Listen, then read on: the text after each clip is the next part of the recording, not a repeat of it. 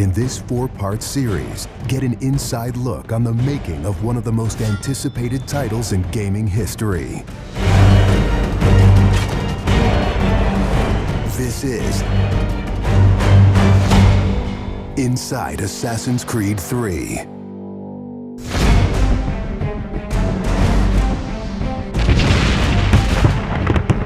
Something we really wanted to emphasize was the sheer brutality of combat in the period. We've all seen the paintings of the Revolution, and death is glorified, death is angelic, but it wasn't that way on the battlefield. It was a brutal conflict.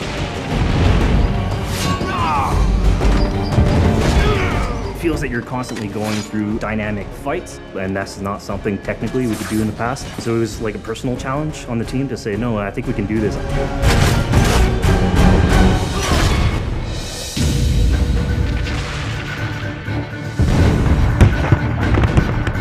These armies are filled with different types of weapons.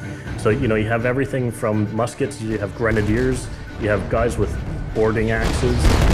Being shot by a musket would be an awfully painful way to go. The caliber size of the ball was at least 3 or 4 times as large as anything that any modern military is using today. After the muskets were discharged, they would charge with their bayonets. What basically is a giant spear, and he has every intention of running that through you. They would shoot and then they would march, and that hand-to-hand combat was really brutal. And whether it's people using a bayonet affixed on the end of a musket, a small hatchet, this is a kind of killing that is very mano a mano.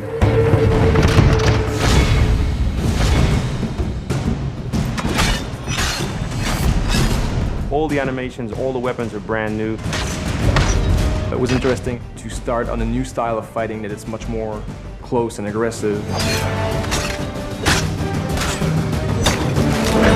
Connor's favorite weapon is the tomahawk, obviously super deadly in hand-to-hand combat. Also the bow and arrow.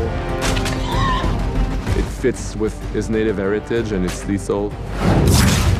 The rogue dart, it's a real accurate Chinese tool that we found the references for that period as well. He can use it from the ground, so he can bring the enemy towards him. It gives him the ability, for example, on a tree, to hang someone from above.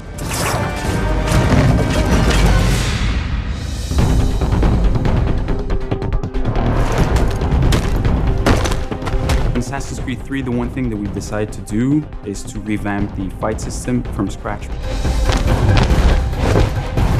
We wanted the skill in the combat in the game to be about transitioning from character to character by choosing the right moves, by performing them correctly. It allows you to basically mow your way through large numbers of people if you're good enough without stopping.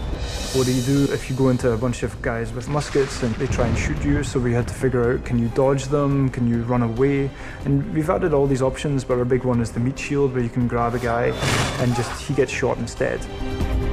Our mocap guys are stuntmen. We spend a long time with them rehearsing and figuring out exactly what would be the greatest choreography. We had to go through, like multiple people.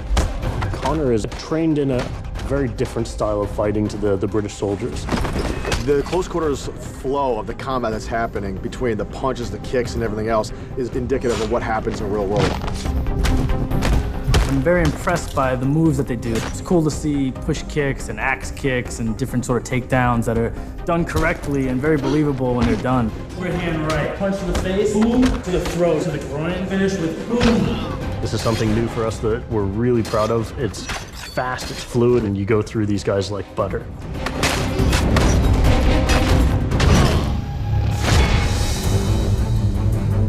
Connor is essentially the first guerrilla fighter. He's someone whose goal is always to move behind enemy lines, to pick off his target, and to escape. Employing guerrilla tactics, or what we now know today as asymmetric warfare, was something that truly was a component of the American Revolution. They learned what we would think of as guerrilla-style warfare. You sort of hit quickly and then disappear.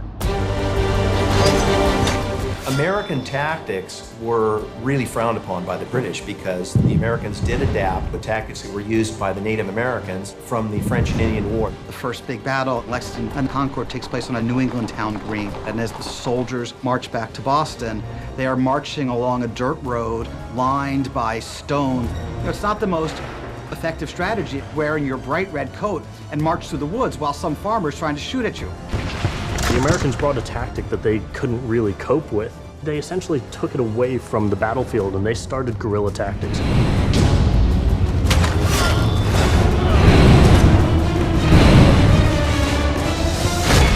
Next time on Inside Assassin's Creed 3, the hero behind the war. Connor is the hero of the American Revolution. He's a bit more like Dirty Harry. Connor is the current-day Special Forces soldier. Silent, stealthy. He's fighting for freedom and he's fighting against tyranny.